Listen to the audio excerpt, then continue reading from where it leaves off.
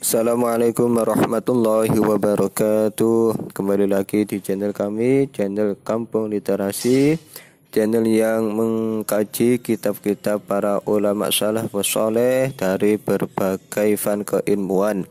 Pada video kali ini kita akan mengkaji kitab Safinatun Najah Faslun Arkanul Iman. Seperti biasa, sebelum kita mulai, mari kita awali dengan kirim Fatihah kepada mualif kitab.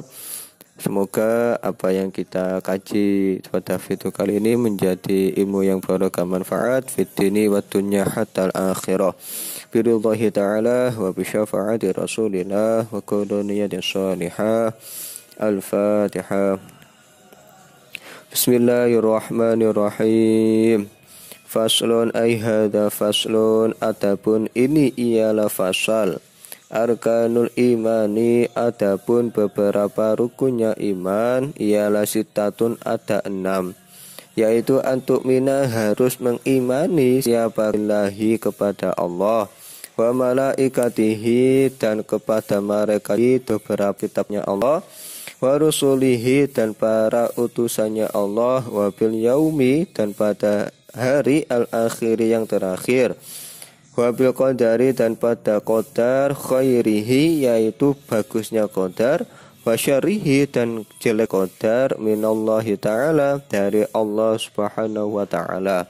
Jadi rukunnya iman itu ada 6. Yang pertama, iman terhadap Allah, yang artinya kita percaya secara duniawi bahwa Allah adalah zat yang memiliki sifat-sifat. Pertama, sifat wajib. Sifat wajib bagi Allah ada dilihat pada tabel berikut ini.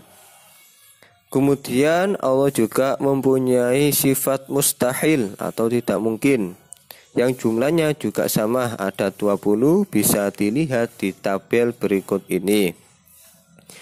Dan ketiga, Allah punya sifat jaiz, berarti bebas terjadi tindakannya, atau biasa diistilahkan fi'lu kullin mumkinin au tarkuhu, mengerjakan sesuatu yang mungkin atau meninggalkannya. Itu adalah salah satu sikap kita iman kepada Allah. Kita tahu bahwa Allah memiliki beberapa sifat.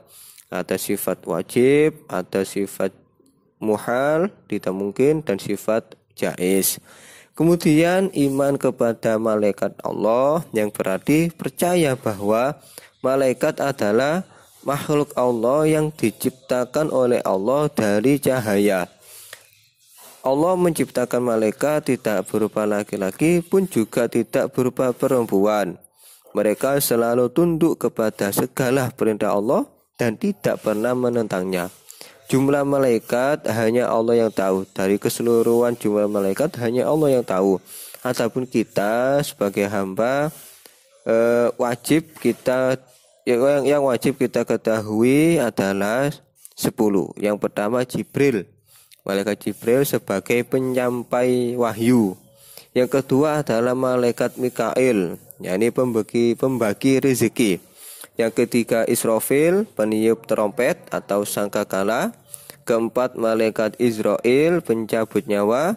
Kelima, Munkar, penanya mayit dalam kubur. Munkar Nakir, ya, penanya mayit dalam kubur. Kemudian Raqib Atid, pencatat amal perbuatan manusia. Kemudian malaikat Malik, penjaga neraka, dan malaikat Ridwan, penjaga surga. Jadi itu malaikat-malaikat yang wajib, nama-nama malaikat yang wajib kita ketahui. Adapun jumlah keseluruhan itu hanya Allah yang tahu.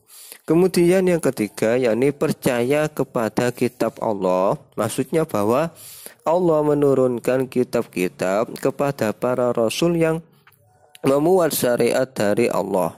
Adapun yang wajib kita ketahui adalah yang pertama, Zabur. Kitab Zabur diturunkan kepada Nabi Daud alaihissalam.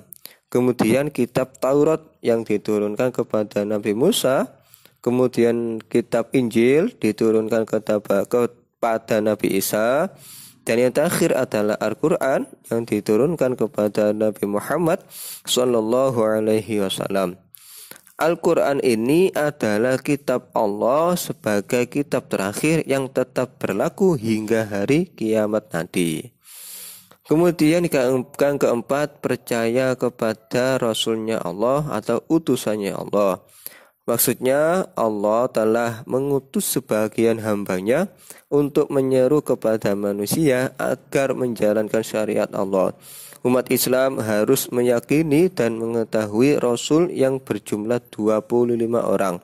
Ini yang wajib kita ketahui. Adapun keseluruhannya tetap kembali kepada Allah. Hanya Allah yang tahu. Adapun nama-namanya bisa disimak pada tabel berikut ini.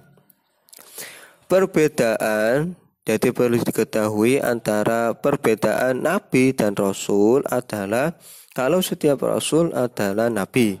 Sedangkan Nabi belum tentu Rasul. Pengertiannya, Nabi adalah orang yang mendapat wahyu dari Allah, tetapi tidak diperintahkan untuk menyampaikan kepada umatnya. Sedangkan Rasul adalah orang yang mendapat wahyu dari Allah dan diperintahkan untuk menyampaikan kepada umatnya. Iman kepada Rasul juga harus meyakini bahwa para Rasul itu mempunyai beberapa sifat.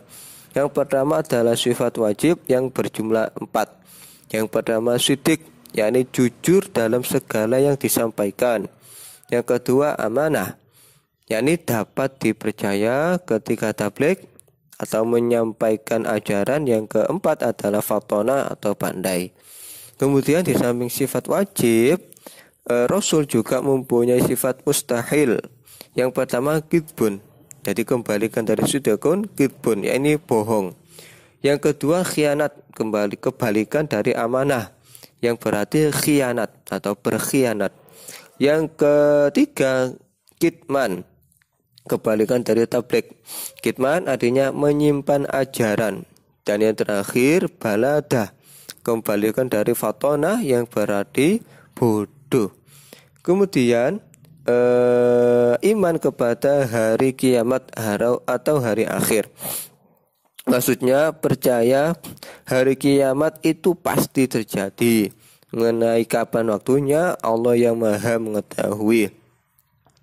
Pun di samping itu kita sebagai umat Islam juga harus meyakini adanya nikmat dan siksa kubur, dibangkitkannya manusia dari kubur pada hari kiamat nanti, adanya mahsyar, tempat dikumpulkannya manusia setelah bangkit, adanya hisab, perhitungan amal, adanya mizan, timbangan amal, adanya siratul mustaqim, jembatan menuju surga, dan adanya surga dan neraka. Kemudian yang terakhir adalah percaya kepada takdir Allah. Maksudnya segala sesuatu yang baik maupun yang buruk adalah karena kehendak dan kekuasaan Allah semata. Jadi tugas kita sebagai hamba hanya berusaha. Nanti urusan menjadi baik ataupun tidak itu adalah hak Allah. Baik, barangkali hanya sampai di sini video kita kali ini. Mudah-mudahan barokah manfaat. Kurang lebihnya mohon maaf. Wallahu muwaffiq ila thoriq. Wassalamualaikum warahmatullahi wabarakatuh.